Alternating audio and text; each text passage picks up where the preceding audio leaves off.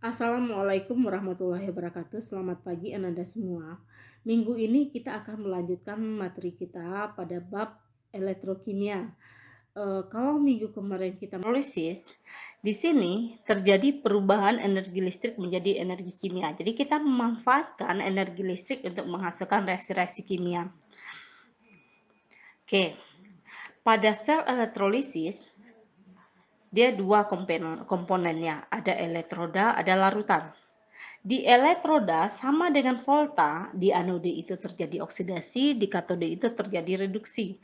Perbedaannya, kalau pada volta katode itu positif, anode negatif, di sini terbalik.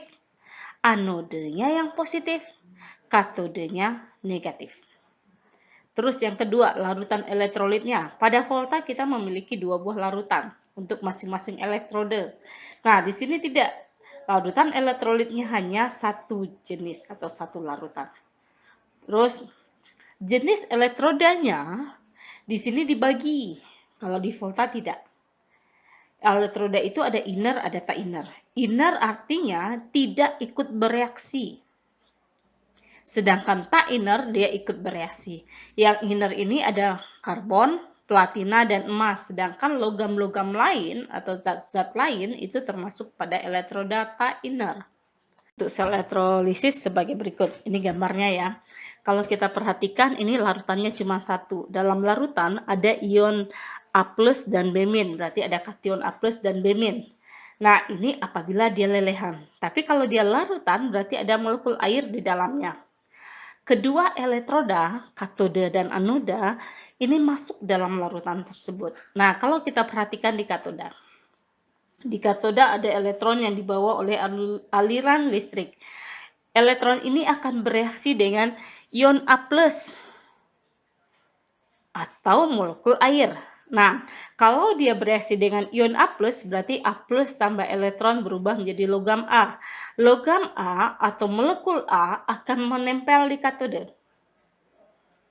Nah, apabila dia air yang bereaksi, maka molekul air akan menangkap elektron. Dia akan berubah menjadi gas H2 tambah 2 buah OH- di sana. Berbeda dengan di anode. Di anode terjadi reaksi oksidasi. Siapa yang akan terjadi oksidasi? Ada dua kemungkinan.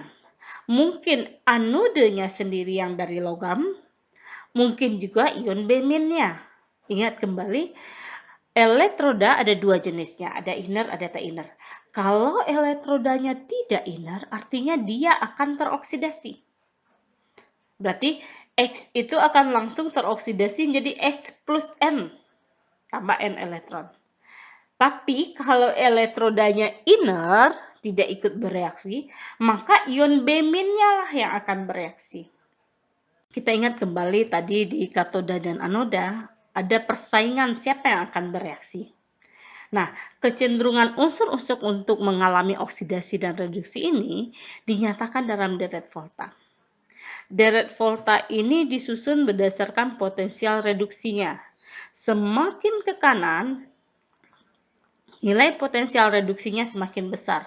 Artinya, semakin ke kanan dia makin mudah mengalami reduksi. Kebalikannya, semakin ke kiri dia makin mudah mengalami oksidasi. Jadi, pada katode, tadi persaingannya antara ion A+ dan air. Kita perhatikan molekul air. Apabila A+-nya adalah logam-logam yang berada di kiri A, di kiri H2O, mulai dari Li sampai Mn, maka airlah yang akan mengalami reduksi. Tapi kalau logamnya berada di kanan H2O, dari Zn sampai aurum, maka yang mengalami reduksi adalah logam itu sendiri. Berlaku hal yang sama untuk oksidasi. Pada oksidasi, pembatasnya tadi adalah inner tak inner. Yang inner tadi ada karbon, platina, dan aurum. Jadi kalau elektrodanya di kiri platina, berarti merekalah yang akan teroksidasi. Elektrodanya X menjadi X plus tambah elektron. Tapi kalau elektrodanya PT dan aurum, maka yang akan teroksidasi adalah ion B-nya. Oke, ini adalah ringkasan untuk reaksi di katoda. Reaksi di katoda ini bergantung pada jenis kationnya tadi. Persaingannya antara A+ dan air. Nah, ketika logamnya berada di kiri H2O tadi, mulai dari Li sampai Mn, ini selanjutnya kita sebut sebagai logam aktif, maka yang terreduksi adalah air. Reaksinya 2H2O menangkap 2 elektron berubah menjadi gas H2 tambah 2 ion OH-. Maka suasananya suasana basah ya. Tapi kalau logamnya berada di kanan H2O, kita sebut sebagai kation lain, maka dialah yang akan mengalami reduksi. Kalau dia H+, maka reaksinya 2H+ tambah 2 elektron menjadi gas H2. Tapi kalau dia logam, maka logamnya akan menangkap elektron dan menempel menjadi logam itu di katodanya. Reaksi itu bergantung pada jenis anode dan anionnya. Jenis anode ini elektrodanya tadi ada inner, ada tak inner. Kalau dia tak inner, maka anode itu sendiri akan teroksidasi. Tapi kalau dia inner, karbon, platina, emas, maka kita perlu memperhatikan jenis anionnya. Ion B-nya. Anion itu ada 2 jenis. Ada sisa asam oksi, ada sisa asam lain. Siapa itu sisa asam oksi? Yang ada oksigennya. SO42-, NO3-. Pokoknya ada oksigennya. Nah, di sini air yang akan teroksidasi. Reaksinya beda dengan yang tadi. Di sini 2H2O menjadi 4H+ tambah O2 tambah 4 elektron. Tapi kalau dia sisa asam lain, mungkin dia ion B-, mungkin dia ion OH-.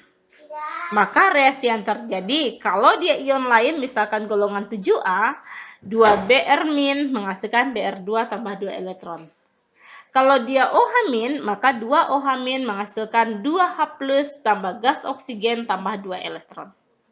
Ini reaksinya. Jadi kita perlu memperhatikan yang pertama siapa elektrodanya terlebih dahulu. Yang kedua kalau dia inner, lihat lagi ion negatifnya atau anionnya B-nya siapa. Oke, ini ada contoh soalnya elektrolisis larutan CuCl2 dengan elektroda karbon. Nah, kalau kita perhatikan CuCl2 akan terionisasi menghasilkan Cu2+ tambah 2 Cl-. Di katoda berarti ada ion Cu2+ dan ada molekul air. Nah, sekarang kita perhatikan letaknya. Mana yang lebih kanan? H2O kah atau Cu kah? Ternyata yang lebih kanan adalah Cu. Maka yang bereaksi adalah Cu2+ tambah 2 elektron menghasilkan Cu. Sedangkan di anoda, kita lihat dulu jenis elektrodanya. Ternyata elektroda kita adalah inner karbon. Setelah itu kita perhatikan ion negatifnya. Ternyata Cl-. Cl- termasuk pada asam lain. Maka dia sendirilah yang akan mengalami oksidasi. Cl- berubah menjadi Cl2 tambah 2 elektron. Ini 2 Cl- ya.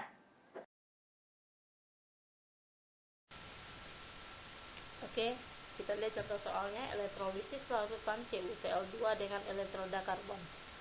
Karbon adalah elektroda inner.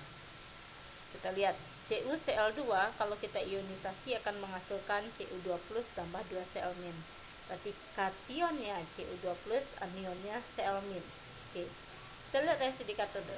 Di katode tadi kemungkinannya ada 2, ada ion A+, ada air. Nah, kalau kita perhatikan Cu2+ nilainya plus 0,34, H2O min 0,83. Atau kalau kita nggak perhatikan ini, kita lihat aja di deret, mana yang lebih kanan antara air dengan Cu. Berarti yang lebih kanan adalah Cu. Maka di katode reaksi yang berlangsung adalah Cu2+ tambah 2 elektron berubah menjadi Cu. Sedangkan di anode Tadi kan kita setuju. Yang diperhatikan pertama adalah elektroda. Elektrodanya adalah karbon inner. Kalau dia inner, kita perhatikan ion negatifnya.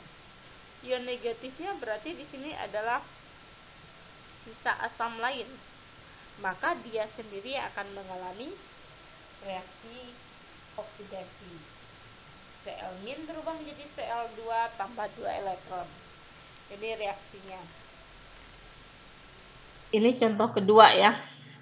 Lelehan ZnCl2 masih dengan elektroda karbon.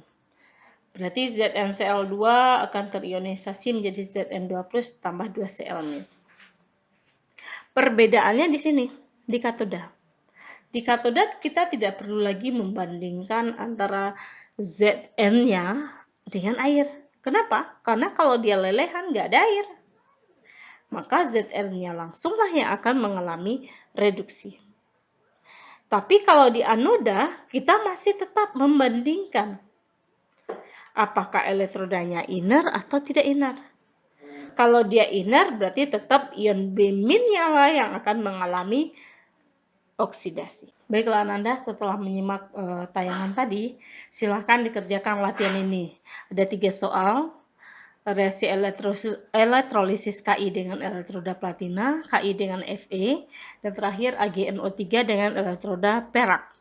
Mohon maaf kalau tadi suara Ibu agak serak sedikit karena memang sedang flu ya. Oke Nanda, tugasnya tetap kita kumpulkan di kantong tugas seperti biasa. Terima kasih untuk hari ini. Assalamualaikum warahmatullahi wabarakatuh.